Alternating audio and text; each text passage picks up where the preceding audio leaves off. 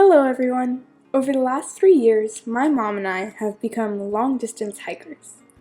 We started our transformation in 2021 with a trek from Santiago del Mar to Santiago de Compostela, along part of the Camino Norte and all of the Camino Primitivo.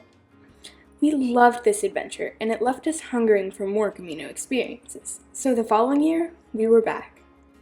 In 2022, we walked the Camino Frances. Along the way, we made tons of friends and tried to soak in every second of the Cat Campaign-filled walk, because we know from prior experience that the Camino always ends too soon. But that year, we didn't stop in Santiago. We walked Finisterre with my dad and sister, and loved getting to share our favorite kind of adventure with them. Even with how much we love the Camino, we're curious people, and we'd always wondered if hikes other places would be just as great. So in 2023, we did the Camino Inglés from London via the Pilgrim's Way for a little taste of Spain, then flew to England to walk the coast to coast, and then on to Scotland for the West Highland Way. Our general consensus was that those other hikes were great, but they weren't magical like the Camino is. This year, we are heading back to Spain, more eager than ever to start the Camino Norte.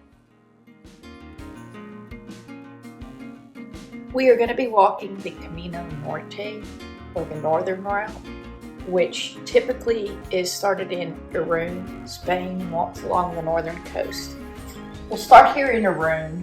We will walk through San Sebastian, over to Bilbao, to Santander, along the Cantabrian coast, and into Asturias, through Gijón, Avilés, then continuing along the northern route. We'll go all the way to Ribadeo on the Galician border, then down through Villalba, meet up with the Camino Frances, and then over to Santiago. Like I said, we're planning on taking 32 days. Walk to the coast is optional at the end.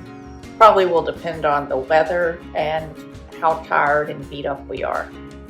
So we're very excited. We walked part of the Camino Norte back in 2021. We started that at that point in Santiago del Mar. We walked to Villaviciosa, and then we turned south and walked to Oviedo, and then did the Primitivo, which then met up with the Camino Frances for the last 50 kilometers. In 2022, we started in Saint-Jean-Pied-de-Port and walked the French way all across the north-central Spain, going through Burgos, León, and on to Santiago. That year we also walked the coast of Finisterre. In 2023, we walked the 5-day Camino Inglés from Ferrol. And then we did 2 longer hikes in the UK.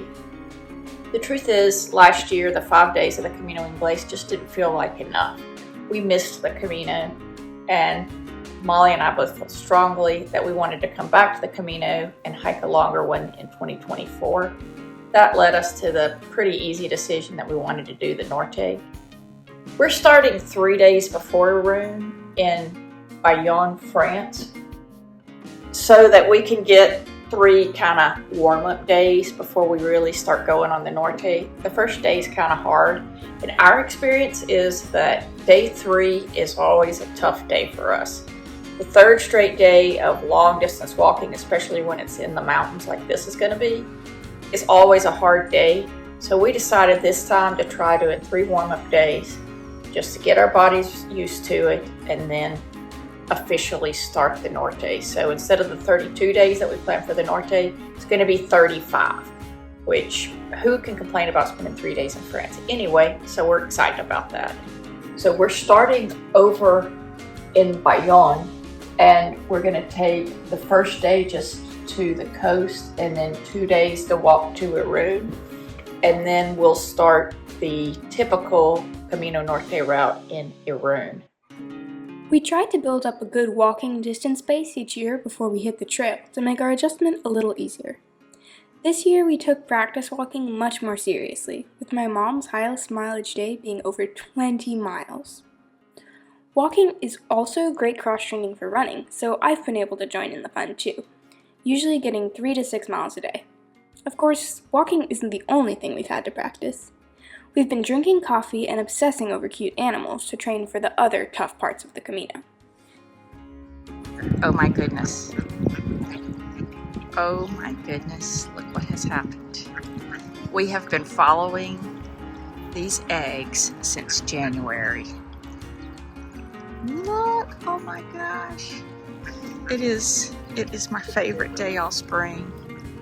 My little duckling has been running really well in track, but that just really cannot compete with this.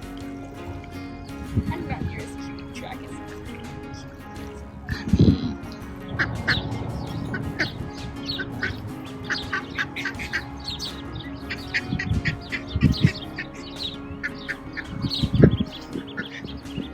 oh, these guys are big.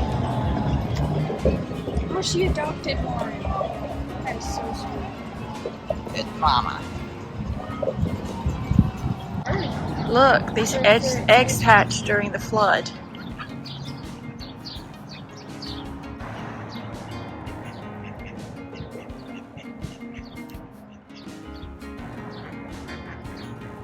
There's like 50 ducklings in here.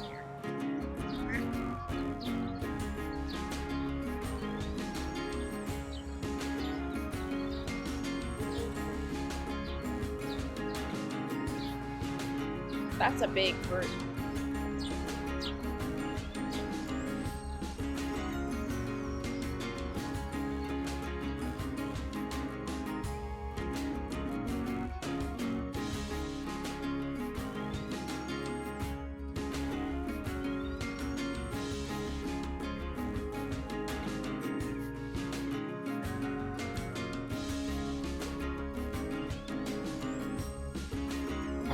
Thank you for sharing their Look how big they are. They're developing their necks.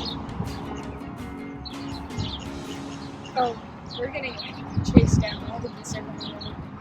Ready protecting you guys. This is Charlie. We've met him as we've done our walking. Hey, bud. Come here.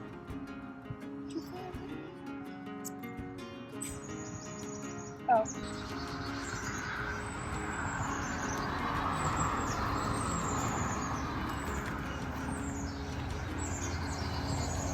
We just went for our first morning walk. Well, Ollie went for a run. And we're having a little practice Camino breakfast. Napolitana, Coke Zero, orange juice. While the Camino is primarily a walking trail, people of all activities can enjoy it.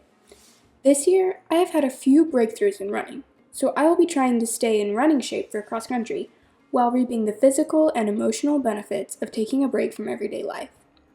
I don't plan on running much along the Camino. Instead, we intend to find wide open parks and hopefully a few tracks where I can run before or after we've completed our planned distance for the stage.